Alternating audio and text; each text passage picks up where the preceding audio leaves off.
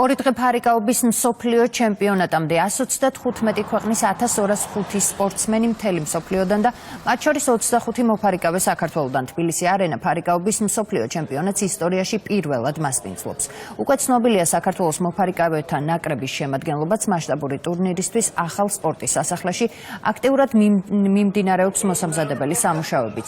ვინ არის საქართველოს მოფარიკავეთა ნაკრების შემადგენლობაში და რა ეტაპზეა სამუშაოები, უფრო მეტ დეტალს ლაშა დვალიშვილი გვეტყვის, რომელიც პირდაპირ ეთერში გვერდდება. ლაშა, გისმენთ.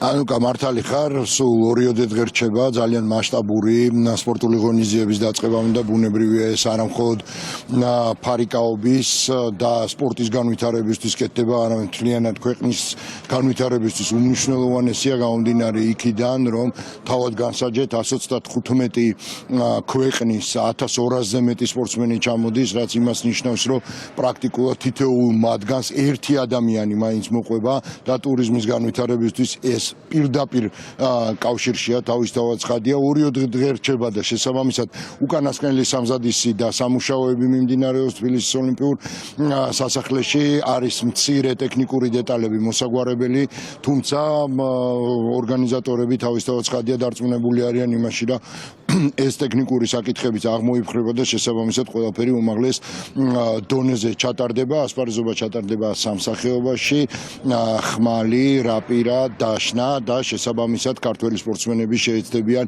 მაქსიმალურად კარგი შედეგი აჩვენონ, რაც შეეხება შემადგენლობას. ჩვენი შემადგენლობა თავისთავად ცხადია, რომ იწყება სანდრო ბაზაძით და შესაბამისად ზოგადად გოგონებიც და ვაჟებიც შესაბამისად შეეცდებიან, რომ მაქსიმალურად კარგი შედეგები აჩვენონ. ეს არის ფინალის დარბაზი, მთავარი დარბაზი, სადაც მე ღვთავს, რომ გულშემატკივარი ძალიან ბევრი მოვა ქართველი მოფარიკავეების მხარდასაჭერად, გამომდინარე იქიდან, რომ მათი აქ ყოფნა დარბაზის შევსება დამატებითი და ერთ-ერთი ყველაზე უმნიშვნელოვანესი სტიმული იქნება ქართველი მოფარიკავეებისთვის. დანარჩენი კი ყველაფერი მზად არის და შესაბამისად ჩვენ ველით უკვე მსოფლიო ჩემპიონატის სტარტს. კიდევ ერთხელ ვიტყვი, რომ მსგავსი მასშტაბის ღონისძიება საქართველოში ჩატარებულა, თუმცა მსოფლიო ჩემპიონატის რანგს გულისხმობ, თუმცა ეს ასევე ძალიან მნიშვნელოვანი სპორტული მოვლენაა, რომელსაც ჩვენ უმასპინძლებთ 2 დღეში. ინტერესი ძალიან დიდია.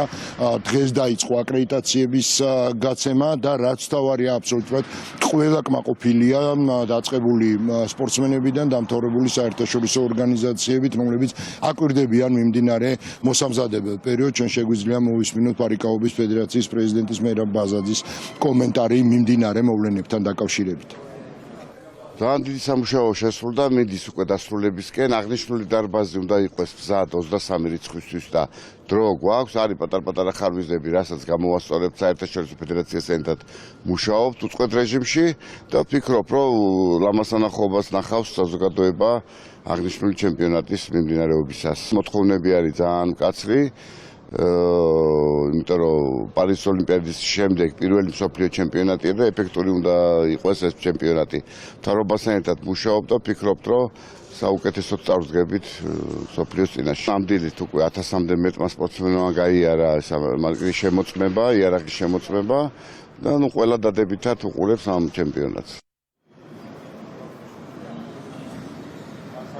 რასაკვირველია, სახელმწიფოს ჩართულობის გარეშე ძალიან რთულია მსგავსი მასშტაბის ღონისძიების ჩატარება. ეს არის ისტორიული მოვლენა, რომელსაც მასპინძლობს საქართველო და აქვე აუცილებლად მინდა ხაზი გაუსვა იმას, რომ გარდა საქართველოს ნაკრების მოფარიკავეებისა, რომლებიც დაიცავენ საქართველოს ღირსებას, ასევე ამ გრანდიოზულ ჩემპიონატში წარმოდგენილი იქნება საქართველოს სხვა კუთხითაც 4 არბიტრი მოემსახურება მსოფლიო ჩემპიონატს და ჩვენი ზღადაგვრჩენია 2 დღეში სტარტს აიღებს მსოფლიო ჩემპიონატი ფარიკაობაში და შესაბამისად აუცილებლად უნდა ვიქონიოთ იმედი იმისა, რომ ქართველი მოფარიკავეები წარმატებით გამოვლენ, თუმცა მათ წარმატებაში აუცილებლად მათი წარმატების ერთ-ერთი უმთავრესი დასაბამი უნდა იყოს შევსებული დარბაზი, ქართველი გულშემატკივარი და ასევე მჯერა, რომ გულშემატკივარი მრავლად მოვა ქართველი მოფარიკავეების საგულშემატკივროდ.